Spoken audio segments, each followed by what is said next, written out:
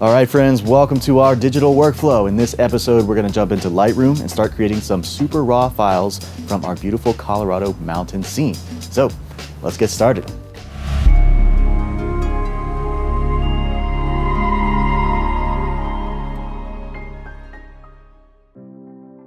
All right, friends, welcome back to another lesson in Lightroom. I'm very excited about what we're going to be able to look into today. Again, this episode comes to us from our very last day of shooting in the San Juan Mountains. We had just absolutely spectacular conditions kind of come around that very last day. And so I went around shooting furiously, actually redid a whole bunch of episodes just to take advantage of how beautiful the conditions were. So here we are in Lightroom.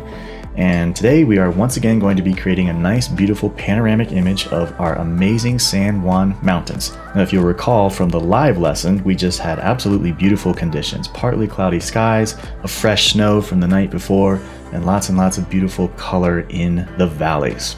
So let's take a look at our scene. I have right here 4 panels that are going to be for our panoramic image. Now, each of these is bracketed, so I have a dark, medium, and bright. Dark, medium, bright, and as we come down here, dark, medium, bright, and once again, dark, medium, and bright. So of these 12 images, there are 3 brackets per panel, so there will be 4 panels to create our absolutely final panoramic image.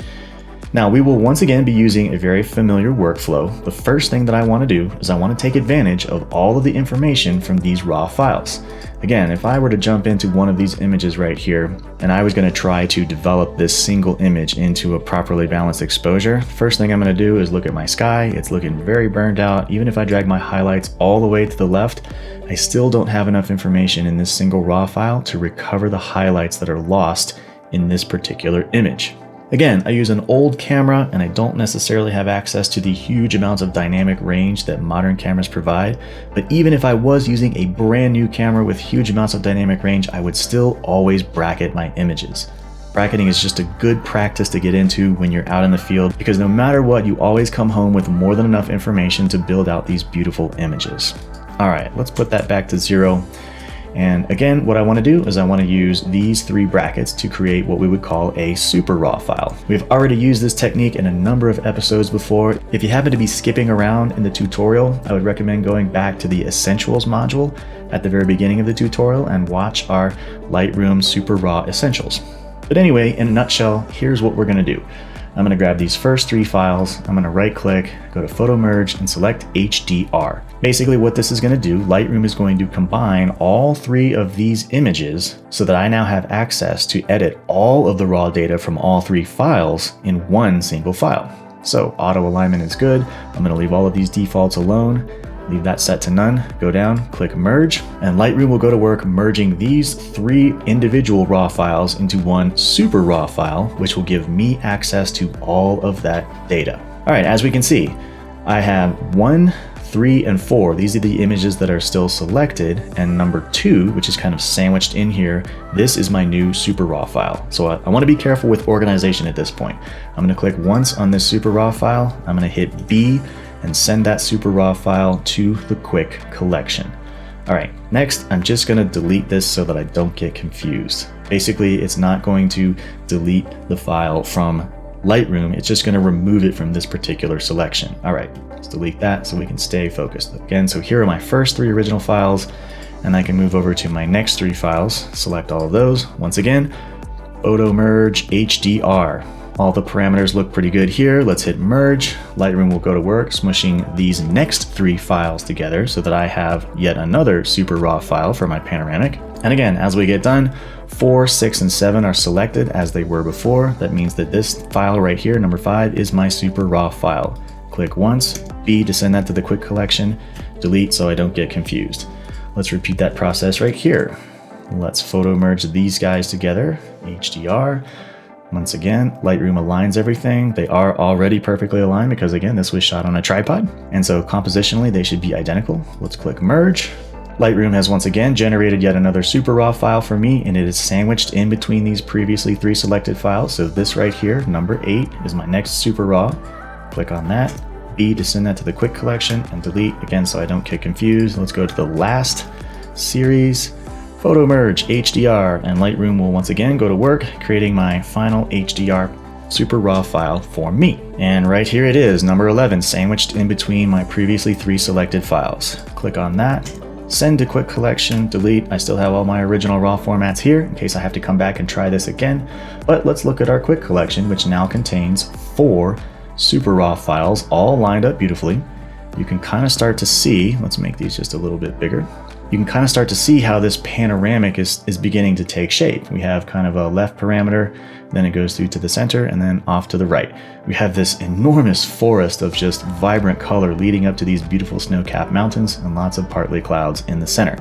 So let's pick what I would consider to be probably my favorite panel out of these. I like this one right here because it just has kind of this beautiful mountain with a little snow puff on top and a nice little curve of foreground elements. So I consider this to be a pretty well balanced piece of my composition.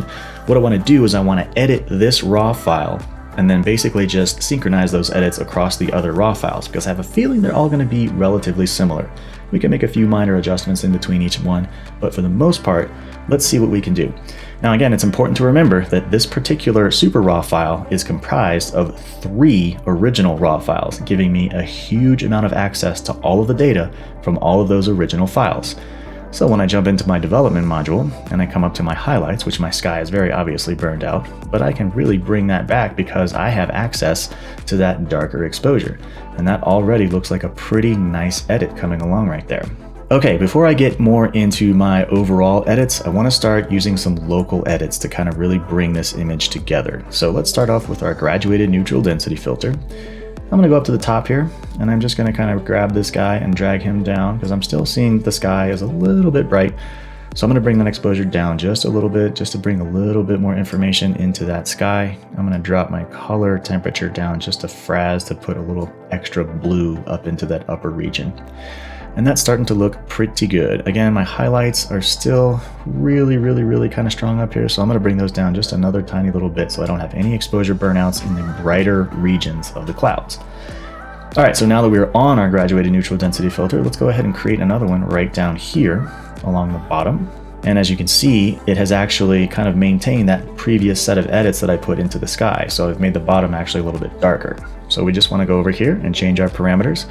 I want to bring the bottom up. I want this to be a little bit brighter. And again, I have lots of exposure latitude because I'm using 3 unique raw files to create this super raw.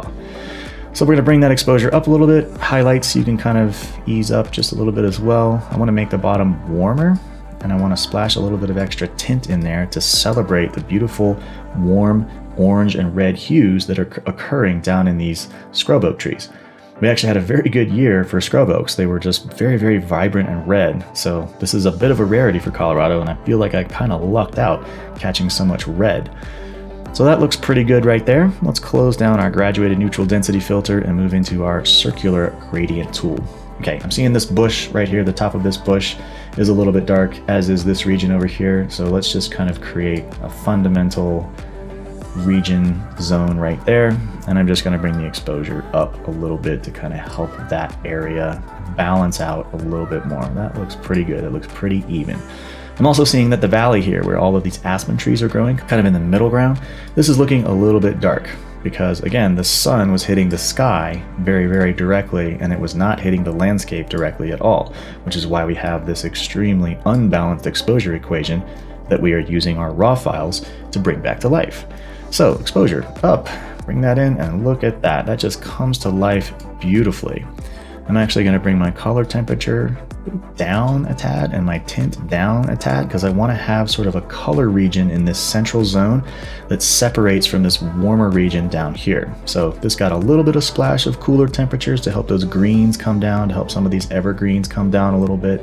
And down here at the bottom, we're going to stay nice and warm. Alrighty, so this is already looking pretty good. Let's go ahead and punch up our highlights in this particular region.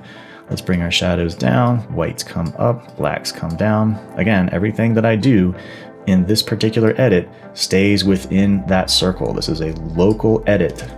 It's not affecting the entire image. And that's the beauty of Lightroom's tools. These local editing tools give you the ability to really creatively hone in on specific regions in your picture. All right, I feel like we've done a pretty good job at balancing out the overall equation. I feel like the sky is relatively in tune with the middle valley here and also the foreground. We now have a properly exposed image from top to bottom. Now, I want to kind of go in and make a couple of extra ultra macro adjustments that are going to affect the entire image. So let's exposure.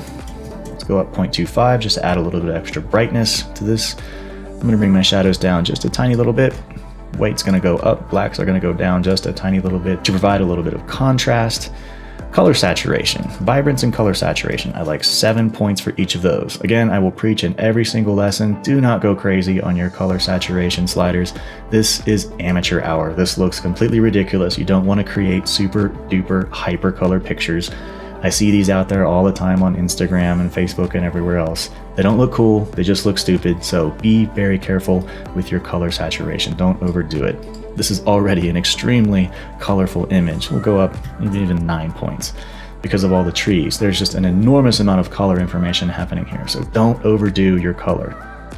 All right, moving on down the line, I'm going to do a quick little tonal curve through here. I'm just going to come up about 6 points on highlights, 5 points on whites. Let's go -4 on darks and -5 on shadows. Again, that just helps to punch a little bit of kind of parabolic contrast into the image using light and tonal curves rather than just ratcheting away on a contrast slider. All right, as we move down into this region, I'm looking at my blue sky up here and it is nice and baby blue, but I'd like to bring it down just a tiny little bit. So I'm going to go into my luminance panel. So what we're doing here is we are targeting the blue color values in the image and we are using them to shape tonality. So as I move this slider back and forth, only the blues are getting brighter or darker. Notice that none of my oranges or anything else is being affected. So I can kind of put a little extra blue color into the sky. Again, you want to be cautious with this. I'm going to come down, maybe call it 20 points, and I think that's pretty good. All right, so in just a few moments, we have done a fairly good job of balancing out this exposure equation. We've essentially taken the power of 3 unique raw files and we've used every last bit of the exposure value from all 3 of those files in our super raw file. So let's kind of go back out to our library module here, and you can see as we are over here on the left, this is one of our other super raw files, and it basically just looks like a regular original raw file straight out of the camera. It's kind of flat, kind of gray. The tonality is not all that exciting. As we move across, same thing here. But then when we get to the image that we just edited, you can see that just in a few simple steps, you can really bring out all of the life and the vibrance that exists within these raw files. As we move over, once again, we have kind of a dark, flat, gray raw file. So what I want to do, in the interest of keeping this short and sweet, we want to make sure that we can always work smarter and not harder. I'm going to click this image, and then I'm going to click the rest of these images, and I'm just going to see what happens when we synchronize our settings. Basically, what's going to happen is Lightroom is going to copy all of the adjustments that I made in this original image, and it's going to copy them onto these other images. They are relatively similar in composition. I've got kind of a sky in that upper third, I've got sort of the valley in the middle third, and then I've got this sort of foreground elements that need to be a little bit warmer than the rest of the image. So because each of these panels has so much similarity, I feel like copying these synchronized settings across each of these images will in fact save us some time. Now this does in fact include, I have local adjustments included right here, so you have to be careful about this. Right now I have gradient filters and radial filters selected. So what that's gonna do is all of those local edits that I created in this image, those are also gonna get copied into these other images. Now that doesn't always work because your composition does change a little bit, but in this case, let's go ahead and hit synchronize and see what we can get. So automatically Lightroom has gone through and it has generated those edits across all of my other raw files. And just looking at this kind of from a distance, I think it looks pretty good.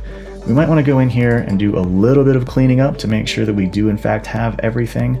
But for the most part, this does look like it's a pretty good job to me. I've got good color saturation, I've got good brightness down here in the center. My sky is a little tedious over on this side, but that's okay. We can still continue to make some modified adjustments as we look at these images together. All right, now one thing that I know is happening over here, when I go into my development module, I do have this sort of gradient tool down on the bottom, making the entire bottom section of this very, very orange. And I've got these green trees over here. We'll probably have to do some focus stacking a little bit later on in Photoshop. But I've got these green trees, and right now, this super duper orange filter is punching a great deal of orange light into these green trees. And that's kind of not the color direction that I want to go. So let's go ahead and just remove this filter altogether. And we'll put another one back. And this time we're just going to affect the brightness and maybe not so much the color temperature. So let's just get that exposure back up to right about where it was. And as you can see right over here, I'm not really bringing in a great deal of strong orange into these green tones over here. I want to keep my greens nice and green. That's the beauty of this particular year, is that we just had every color in the smorgasbord available to us. And I want to make sure that I try to preserve those colors as best I can.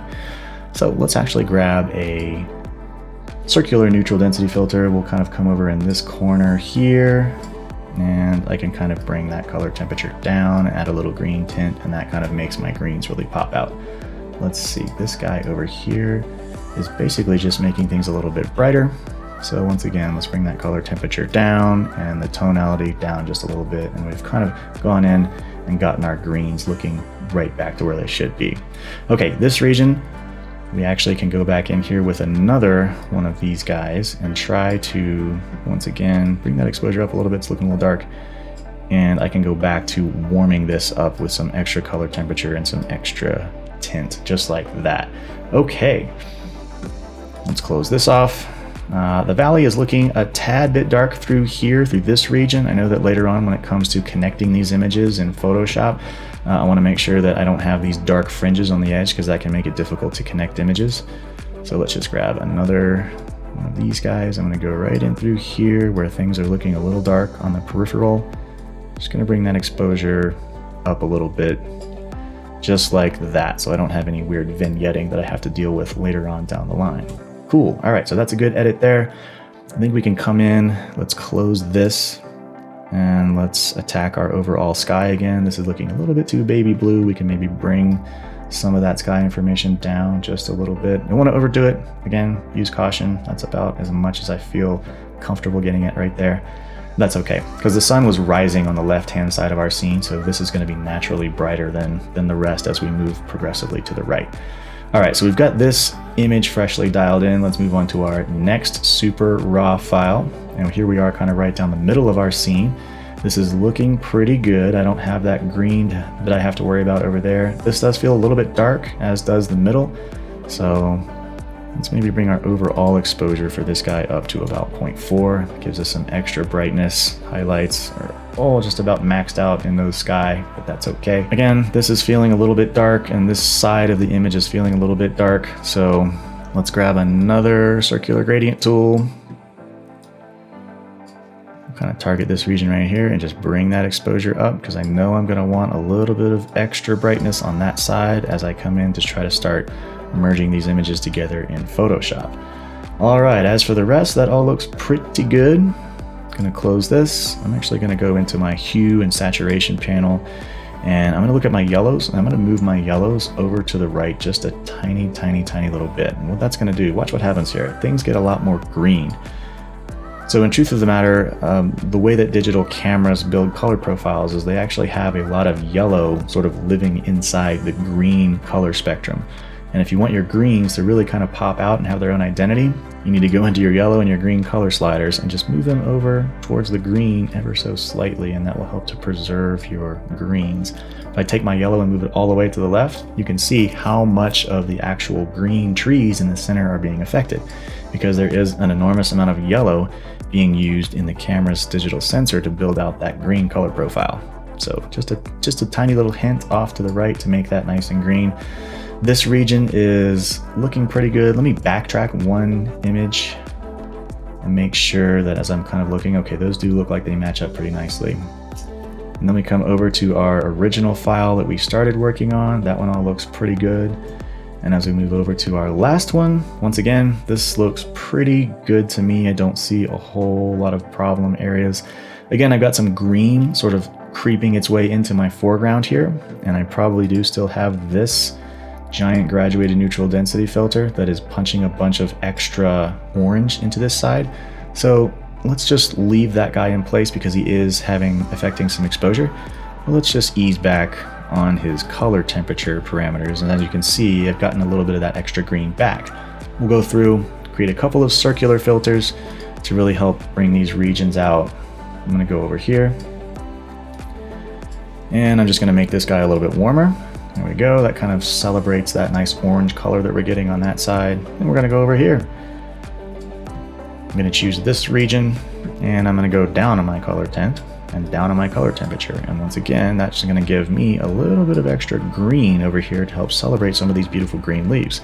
This is also looking a little bit dark, so let's bring this exposure up just enough so that I've got this nice kind of beautiful jungle of foreground elements happening here. All right. All in all, we've got some sunlight splashing up on the mountain up here. It's a beautiful morning. These files are looking pretty darn good. Let's close that panel. I'm going to hit the G key to go back to my library module. And as we can see, our panoramic is really starting to take shape beautifully. We've just got this gigantic long chain of mountain rings that's off in the distance, and it's just surrounded on all sides by beautiful foliage as far as the eye can see. All right, so I think that's gonna do it for the Lightroom portion of this particular lesson. Now what we need to do is export these 4 super raw files and merge them together by hand painting in Photoshop. Again, we've hand painted a number of images in this tutorial so far, so if you are in fact watching these in order, the next set of Photoshop techniques should look relatively familiar to you. If you have been skipping ahead and this is the first time that you've seen any of these, well, welcome to this portion of the lesson. I certainly hope that this has been informative, and once we get this over into Photoshop, we're going to be able to create an absolutely beautiful panoramic. So we'll see you in the next lesson.